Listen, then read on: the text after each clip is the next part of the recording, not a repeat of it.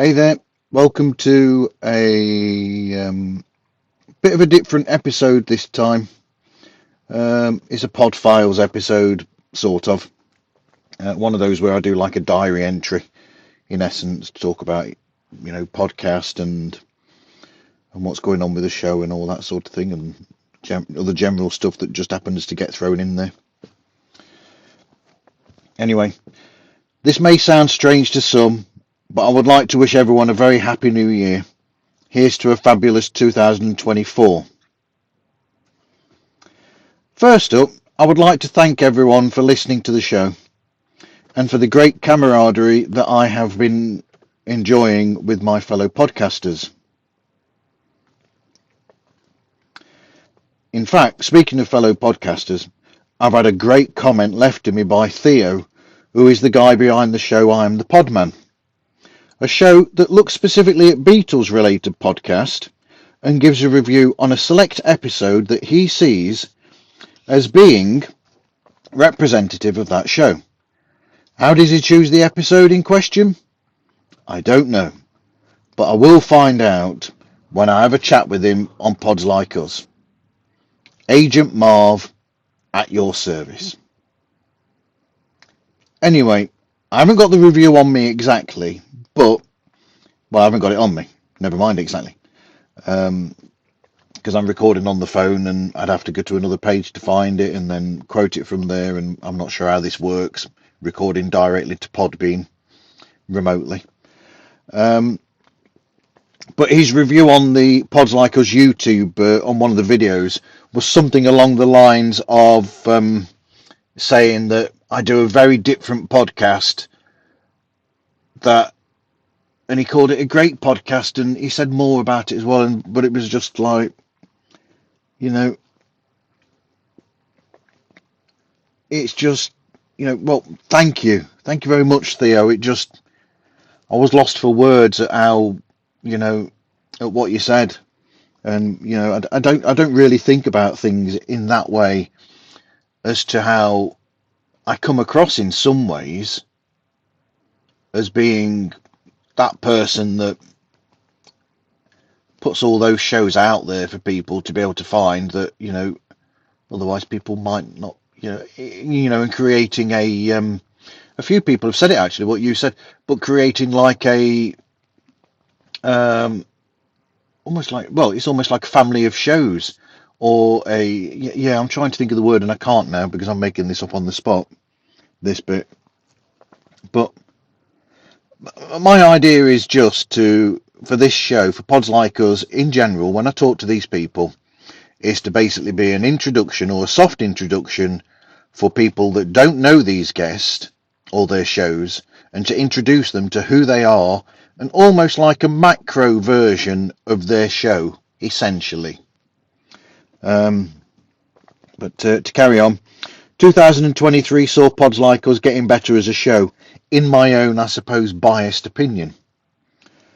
I think that I'm better as a host, even though I can't pronounce the letter H in words because it's an old northern thing, and I don't know why. I'd love to be able to do that, but I don't seem to be able to. And I think the shows are good because of the relaxed style that I put in. I've got more relaxed with it. I've become more of myself, and I put myself more into it than I used to. And I would say there's less editing involved, but we shall get to that. Over the years, I've spoken to some people who create all kinds of shows. I've spoken with people who make film review shows, music shows, entertainment news, sports, gaming, audio dramas, comics, books, politics, chat shows, advice shows, comedy shows, and so much more. I've spoken with people who have also created incredible online video content, such as Matthew Zatoun, Alvaro Ortega, and Rachel, who is the creator behind Laundercat, a great social-based creation that looks at relationships and how they work. And she plays all the parts in it. She creates all of the special effects in it, and it's all done essentially with green screen in the bedroom at home or in a room at home, that she just does everything there. And it's her work ethic is amazing.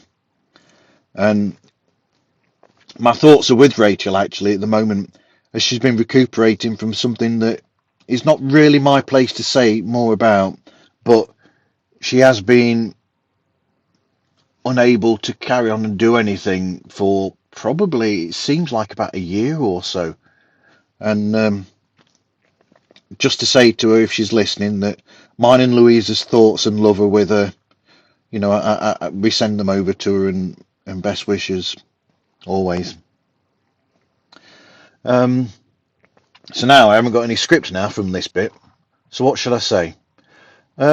Season 8, as I'm calling it, although I'm a bit iffy on this whole seasons thing. I'm on the transition to getting rid of this seasons business. But it started with a release on the 6th of January of my episode that I recorded with Nicholas Tukoski. Actually, I think I recorded it in either the end of November or in December of 2023. But anyway, it came out on the 6th of January 2024. And I think it's a superb episode. It's not got as many listens, if I'm being honest, as I thought it would have. Which is a shame, because I think for anyone specifically, or particularly for people who are wanting to work in audio dramas and writing of any kind, I think it's an essential listen for anybody who's after advice for that sort of thing, because his history as a writer of audio podcast, as an actor in audio podcast, as well as a producer and director of them, and he's also written films, and he's been in films as well as an actor and produced films. You know, I just think that advice that he gives is amazing. I put out a couple of like little teaser videos to go with it. And one that wasn't done as a teaser was where essentially he was saying, and I mentioned in the chat with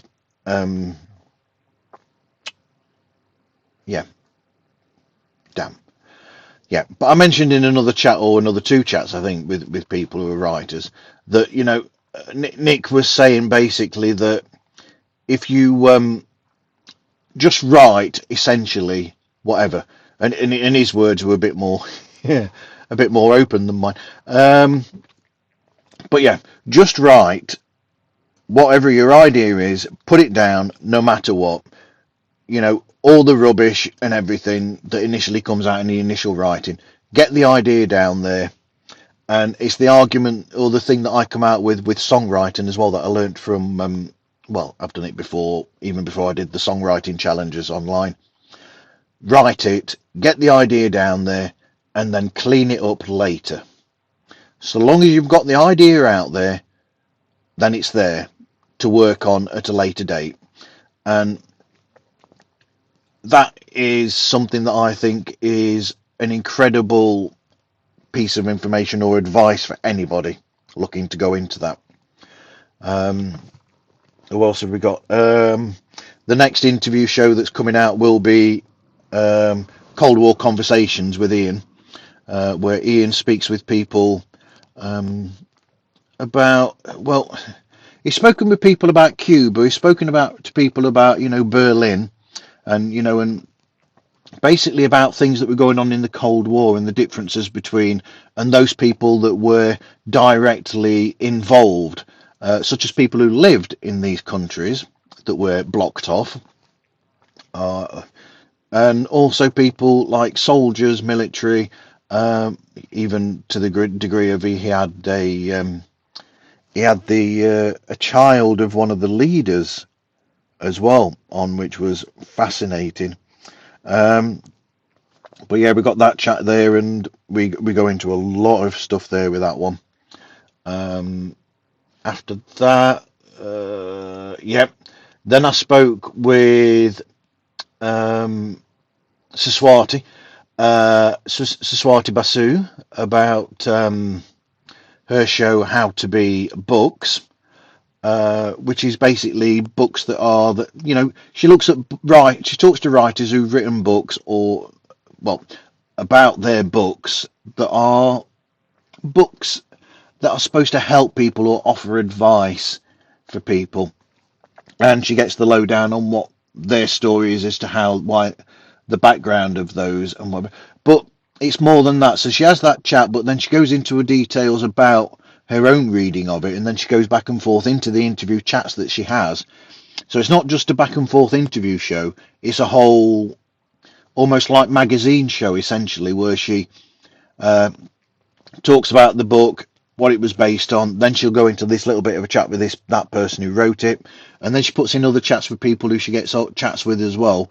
And essentially, she picks episodes are about a specific subject, not always necessarily about the book, to be honest, but she does chat with people who've written books about these subjects that she will find out about. But that was fascinating. What was the next one after that I did was spoke with George. I was going to say something else. George Brooks, who is the CEO of the non-profit organisation Meta